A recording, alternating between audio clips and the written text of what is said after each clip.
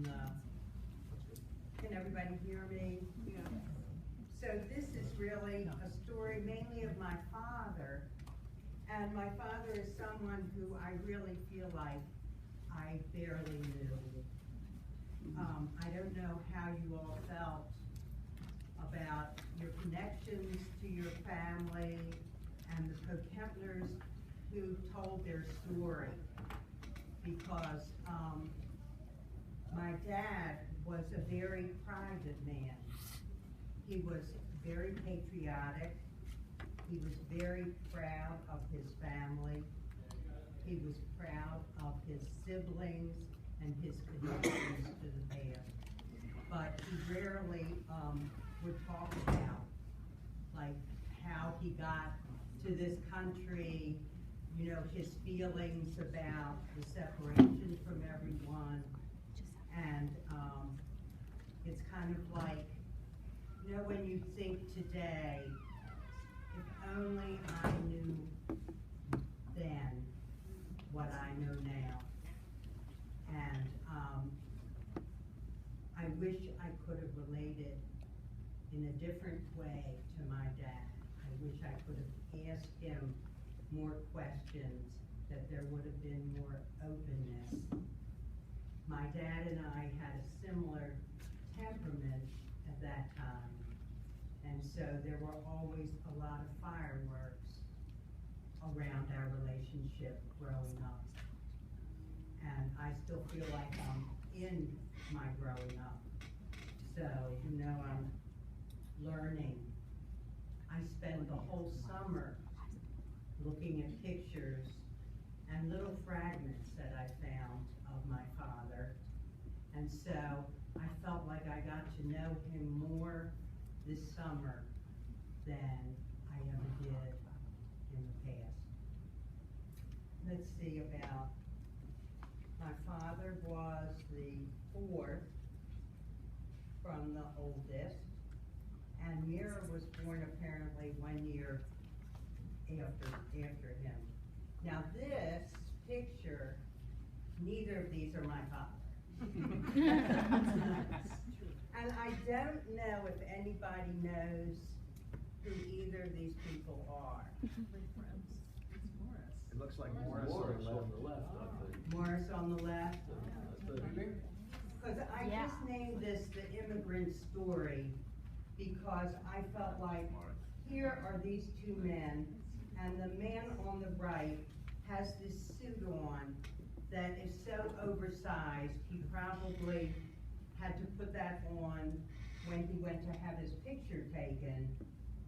But there's such a pride in these two men, and I just had that sense, that family sense of looking forward, of being who they were, and then taking that leap into the future. So if anybody knows, What is Morris? These are the earliest. I don't think I've ever seen like a picture of my dad as a child, but this are early pictures of him, and he was always, if anybody who can remember him, he was always very carefully dressed, very fastidious, and not a hair out of place. The story, now that my dad was born on November 26, 1899 in Panya. Listening to the stories from Poe's tapes, it seemed like my dad did not get into the gymnasia, which was very hard for a Jewish boy to get into at that time. In Panyavich. And so they sent him as a consolation prize, somebody said, to America.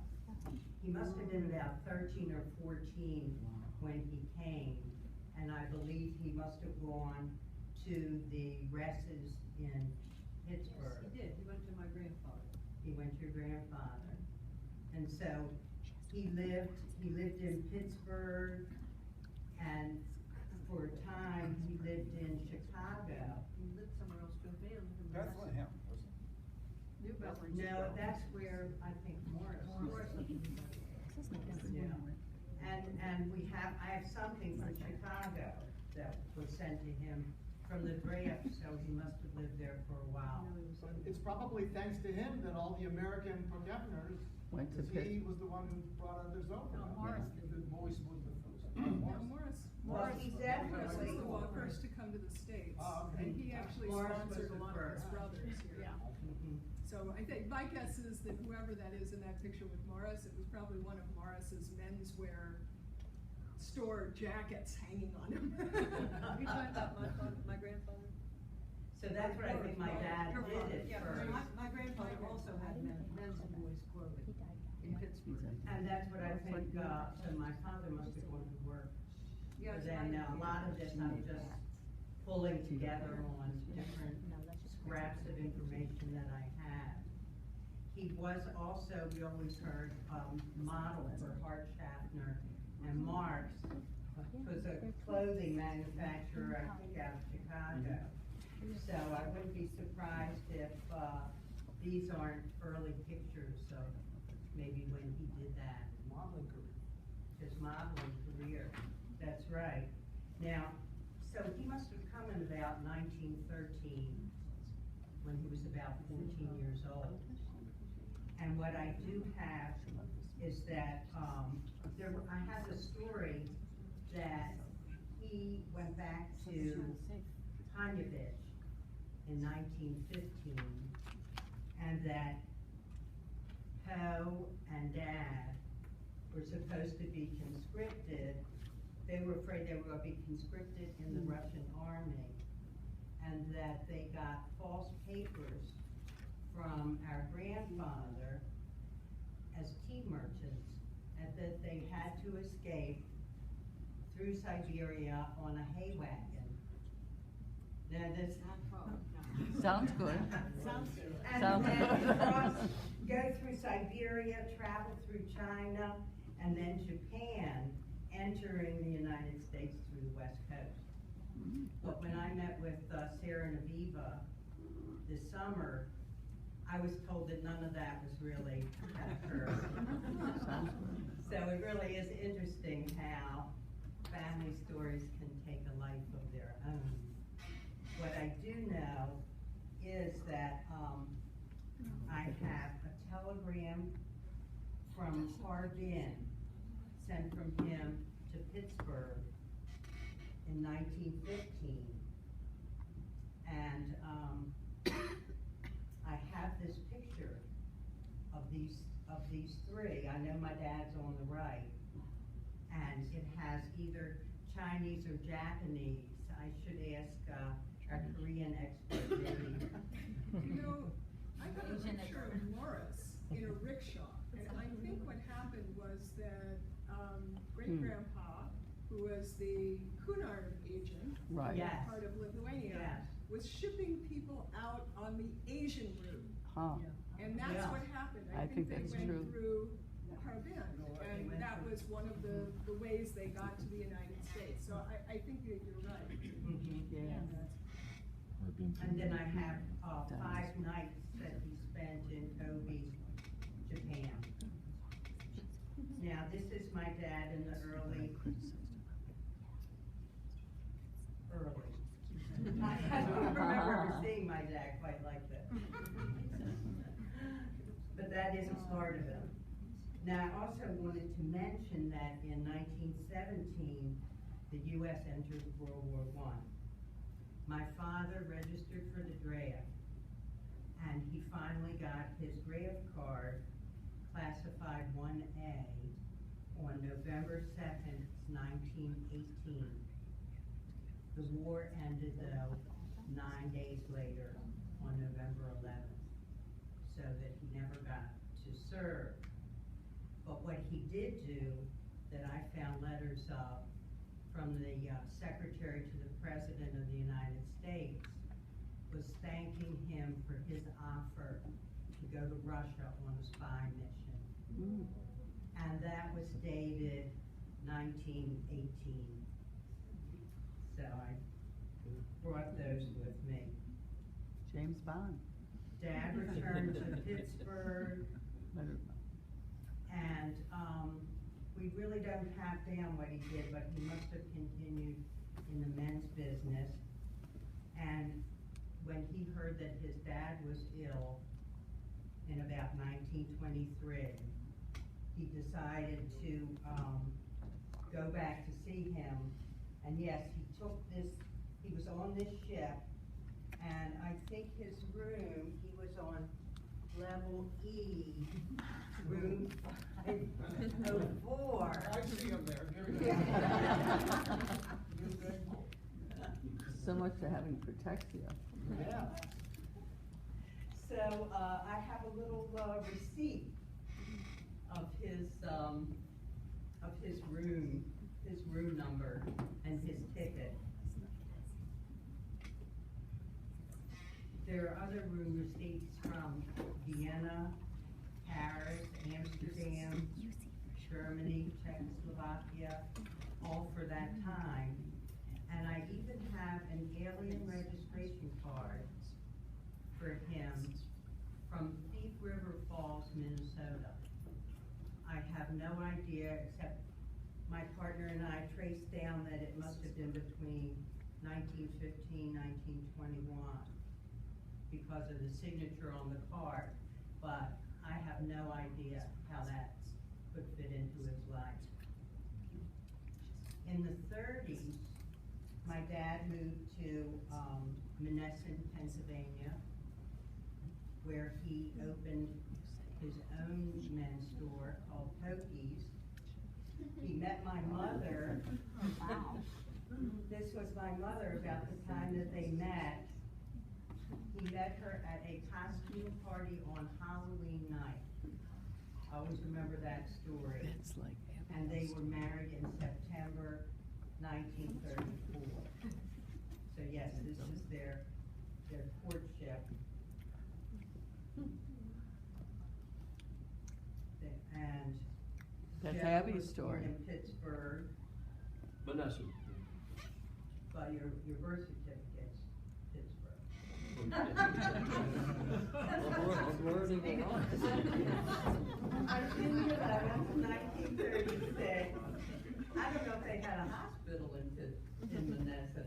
It was a short of a way, Okay. In taxi cab. And then, I was born on the 4th of July, 1942.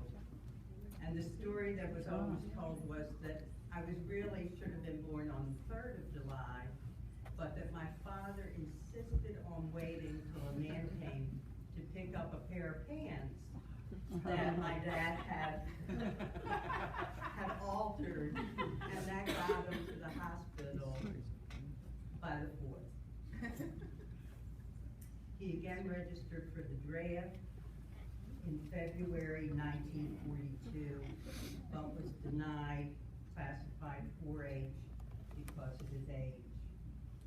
This is, we moved to Baltimore about 6 months later in 1943 because my mother's father had died, and so we shared a duplex with my grandmother.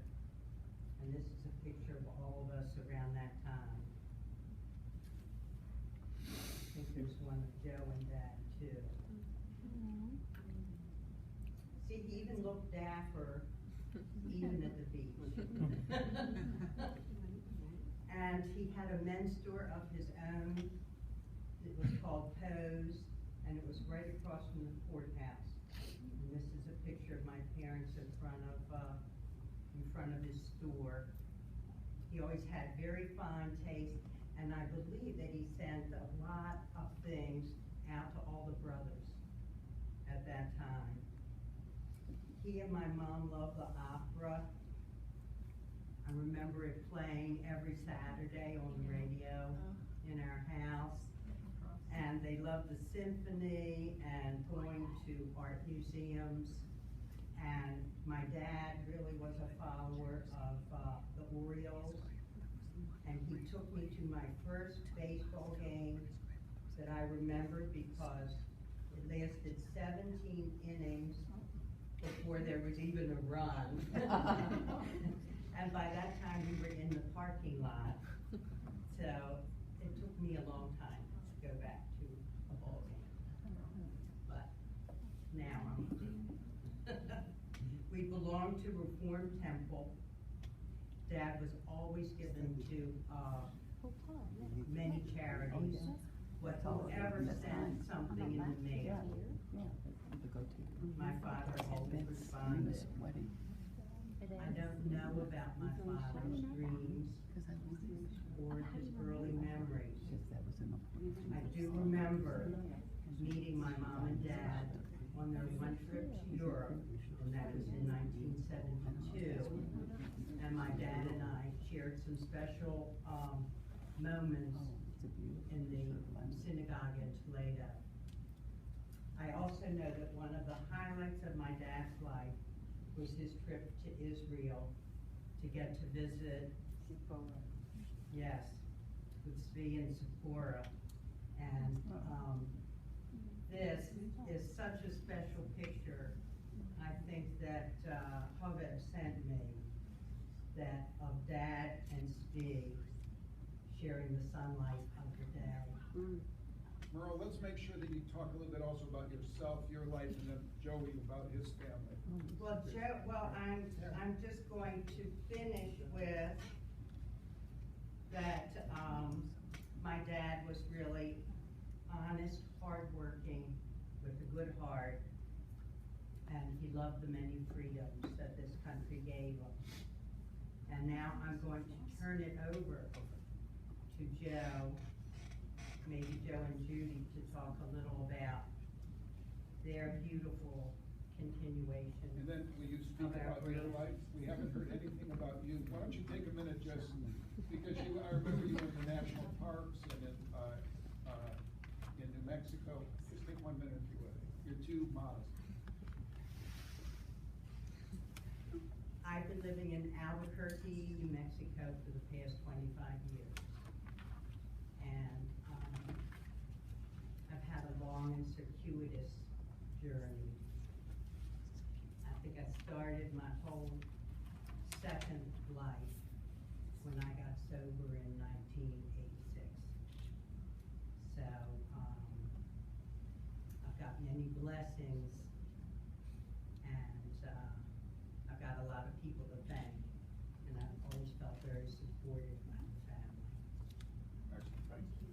Joey, you want a hand mic or you want to come up here? No, let me go over and, I'll